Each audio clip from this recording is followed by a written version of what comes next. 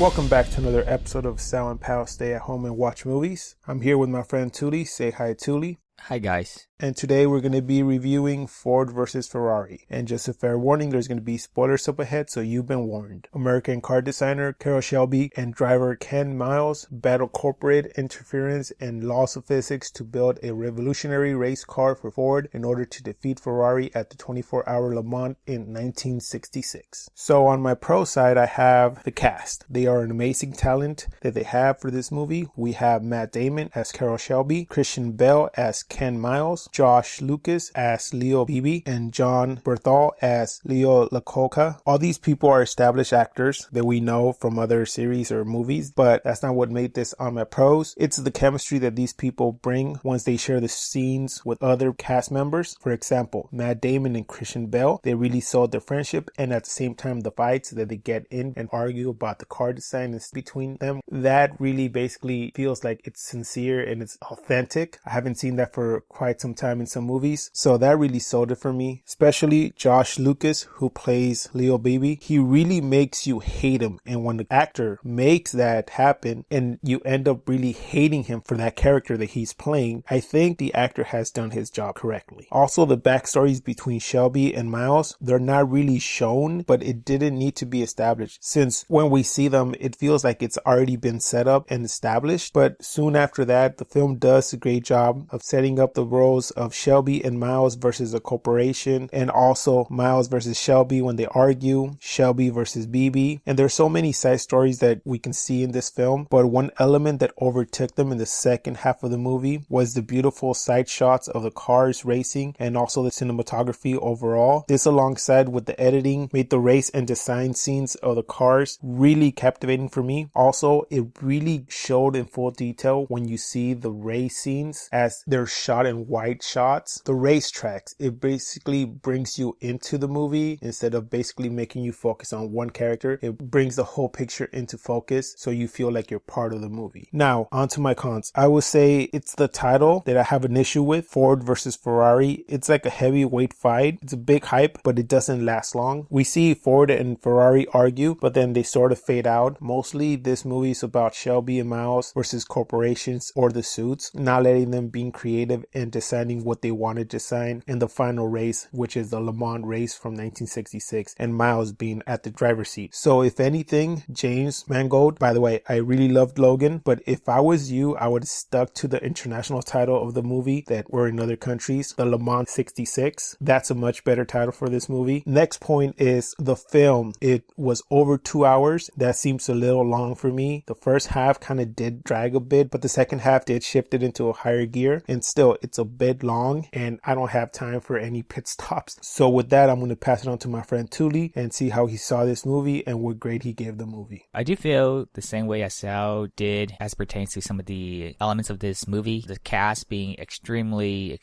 strong and convincing in the way they were trying to tell the story. The friendship that was being portrayed between Matt Damon's character and Christian Bale's character. I was a true believer in the struggle that were put on display and how that friendship was told over this sort of struggle that Matt Damon's character was going through with Ford as a corporation, and from Christian Bale's character as a family man who wants to do right by his wife and not make her worry, to making him be like a proud father to his son so that, you know, he can look up to him and all that stuff. So all the dynamics there between the characters, I think was the thing that I enjoyed the most about this film. And again, I think it's kudos to the strong cast and their chemistry. In terms of the conflict as it pertains to the title of the film, I also agree with Sal that I didn't feel that much tension between Ford and Ferrari. Yes, there was that scene where Ford was trying to, you know, buy into the whole Ferrari gig and sort of like get rid of the competition in a way from that. But after that meeting, I felt that there wasn't much to go on other than when the final race event took place and and there was the sort of back and forth between Ken Miles and the other driver of Ferrari. But other than that, to me, I look at this film as being, as Sal already alluded to, a conflict between Matt Damon's character and Christian Bale's character, between those two characters, and then those two characters as a team against Ford, the corporation. And I found that way more interesting than the Ford versus Ferrari idea. I definitely noticed, again, the struggle that Matt Damon's character went through, how he wants to do right by his best friend, but at the same time, he wanted this sense of maybe moving up in the ladder, and he was starting to cave in. Through Ken Miles' eyes, you could definitely see that he wasn't happy about that. And then when Matt Damon's character approaches Christian Bale's character, then you see the kind of struggle that happens there, and them just trying to sort of be on the same page and not be a product of the corporation. I mean, kudos to the film. It did make me feel in a way that Ford was sort of like the opposition in this film. I don't want to blatantly put them as the antagonistic element in this film, but it definitely felt that way because they kept on trying to force Carroll Shelby, aka Matt Damon's character, to do stuff and pass that message along to Ken Miles, and having not be the driver, to having him slow down in the final race so that they could get this photo finish with the 3 remaining cars from Ford, and that led to Ken not technically coming in first place. And after all said and done, Ford gets to ride off into the sunset with their hands held high in the air, and Ken Miles and Carroll Shelby get to just watch them do so and not have any sense of glory in a way. In terms of like the grand scheme of things, personally, from those characters' personal perspectives, they might have gotten some sense of glory. Ken Miles saying that, at least he got to participate in the race, and that Carroll Shelby, his best friend, didn't promise him any victory out of it. And then Carroll Shelby, to me, really being able to keep that friendship between him and Ken Miles and go on a little bit after the Le Mans race to sort of, tackle life through their friendship, through the familial bond that they have established. But of course, unfortunately, to Ken Miles' demise, which led to Carroll Shelby not being able to accept it for like good 6 months, as the film sort of alluded to at the end. Overall, I enjoyed the film, but I did feel that the film was a tad long for what it was trying to do. And maybe, like I said, the film trying to establish 2 sets of opposing force for our main characters to deal with,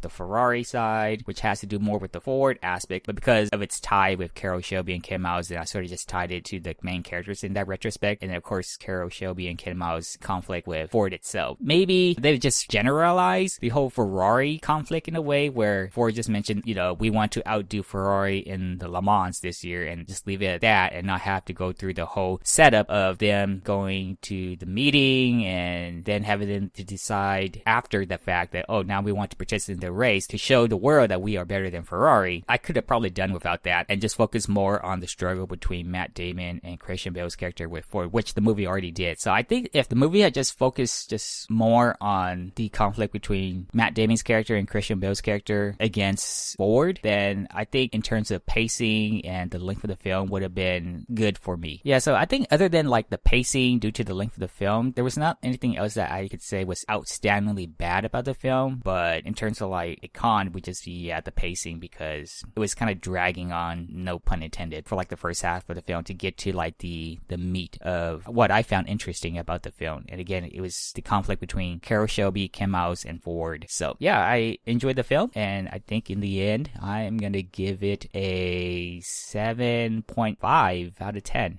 I could also go with an 8, but I'll go with a 7.5. Totally agree with your score. I'm going to give it the same score. I had the same idea as you. The only thing I can find wrong was the pacing and the title. That's kind of mostly it. I really enjoyed the characters in the movie, the friendship and the rivalry. All the characters were amazing. The acting. The only thing was just the title. I mean, they could have changed it. So for me, it's going to be the same grade as Touly, 7.5 out of 10. Could have been an 8, but I'm going to stick with the 7.5. So that does it for this review of Ford versus Ferrari. Please join us next time where we're going to review Midway. December 7th, 1941, a date which will live in infamy.